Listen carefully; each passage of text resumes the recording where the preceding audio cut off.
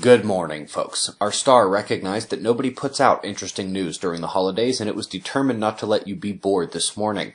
Now, this isn't easy to see in the ionized iron 171 angstrom emission, so let's go to spaceweathernews.com and find the last day on our star in 193 angstroms, the best all-around wavelength for sunspots, filaments, coronal holes, and anything else that might be relevant for space weather, like the destabilization and partial collapse, partial ejection of the directly Earth-facing plasma filament.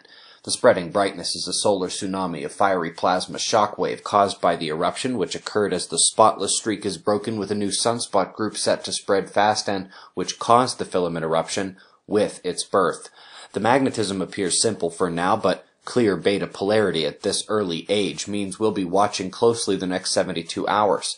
In terms of tracking the eruption, it is clear that the blast took place directly facing Earth, but there may not necessarily be reason to call CME watch just yet.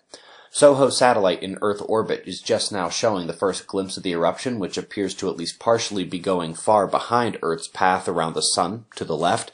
Stereo is further encouraging as it shows the compact nature of this ejection, which means that from its view, while a wide burst likely surrounds that filament, it should be sparse in the Earth direction. That's most likely to impact our planet, if at all, on Monday night or Tuesday. We expect a solar wind stream to arrive just before that from the Earth-facing coronal holes, but last night, a normally minor event known as a phi-angle flip. If you've ever seen a football player flip and keep running, this is the magnetic version of that in the solar wind.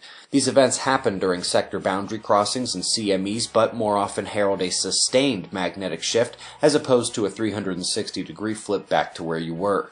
This drove increased geomagnetic instability, especially over Europe, where PC1 pulsations indicative of elevated cardiac risk occurred, and this will follow the sunrise and late morning hours across the world.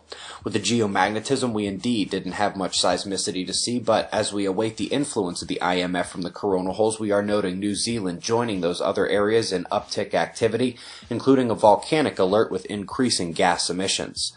Folks, I'm not going to say how many tickets are left for the 2018 conference this February, but if you have them and need to cancel, there will soon be people very grateful to you, so a checking of your plans for President's Day weekend are appreciated widely.